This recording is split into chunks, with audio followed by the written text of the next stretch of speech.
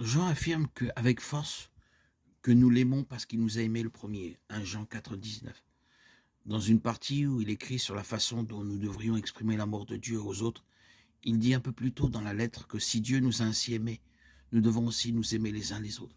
1 Jean 4, 11. Jean explique que nous avons appris à connaître par expérience et à croire ce que Dieu a pour nous. 1 Jean 4, 16. Et à cause de cela, il y a une attente que nous agissions selon cet amour. Si l'amour vient de Dieu, alors celui qui marche avec Dieu devrait démontrer de l'amour. 1 Jean 4, 17.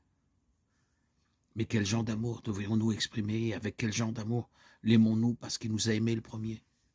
1 Jean 4, 19. Son amour est parfait ou rendu parfait en nous, en ce sens que nous avons confiance au jour du jugement.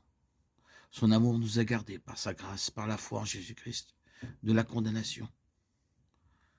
Ce genre d'amour salvateur est ce qu'il nous a montré. Et c'est ce que nous sommes censés montrer les uns aux autres.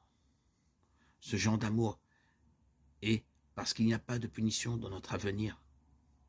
1 Jean 4, 18. Son amour nous a donné une grande confiance, parce qu'il a enlevé notre peur. Nous l'aimons parce qu'il nous a aimés le premier. 1 Jean 4, 19. L'amour a fait le premier pas. Notre amour pour Dieu est simplement une réponse à son amour pour nous. Nous avons la capacité d'aimer, comprenant maintenant ce qu'est vraiment l'amour et comment nous pouvons l'exprimer sans crainte, parce qu'il nous a aimés le premier, parce qu'il nous a montré à quoi ressemble l'amour. Comme Jean l'a dit un peu plus tôt, nous avons appris à connaître et à croire en son amour. 1 Jean 4, 16.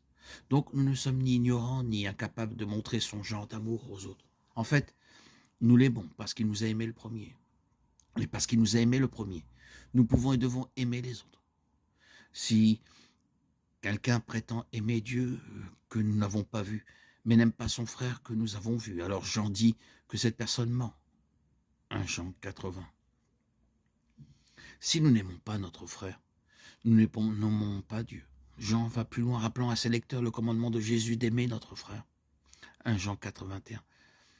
Jean ajoute à la logique de l'amour lorsqu'il affirme que le croyant en Jésus est né de Dieu et que quiconque aime le Père doit évidemment aimer l'enfant né du Père. 1 Jean 5, 1. Il serait alors absurde pour un croyant de ne pas aimer son frère en Christ.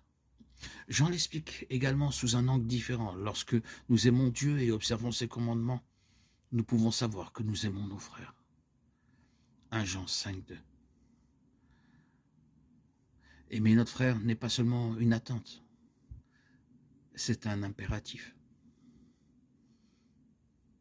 Aimer Dieu signifie lui obéir, surtout si l'on considère que ses commandements ne sont pas pesants. 1 Jean 5, 3. Jean nous rappelle que notre amour doit être semblable à celui du Père pour nous. Nous ne devons pas aimer simplement en parole, mais avec sincérité dans nos actes. 1 Jean 3, 18.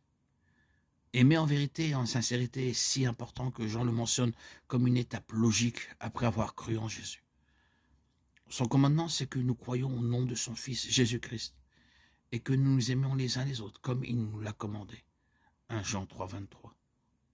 Mais Dieu ne nous a pas simplement dit de faire quelque chose qu'il n'était pas disposé à faire en premier, mais plutôt, nous l'aimons parce qu'il nous a aimés le premier. 1 Jean 4, 19.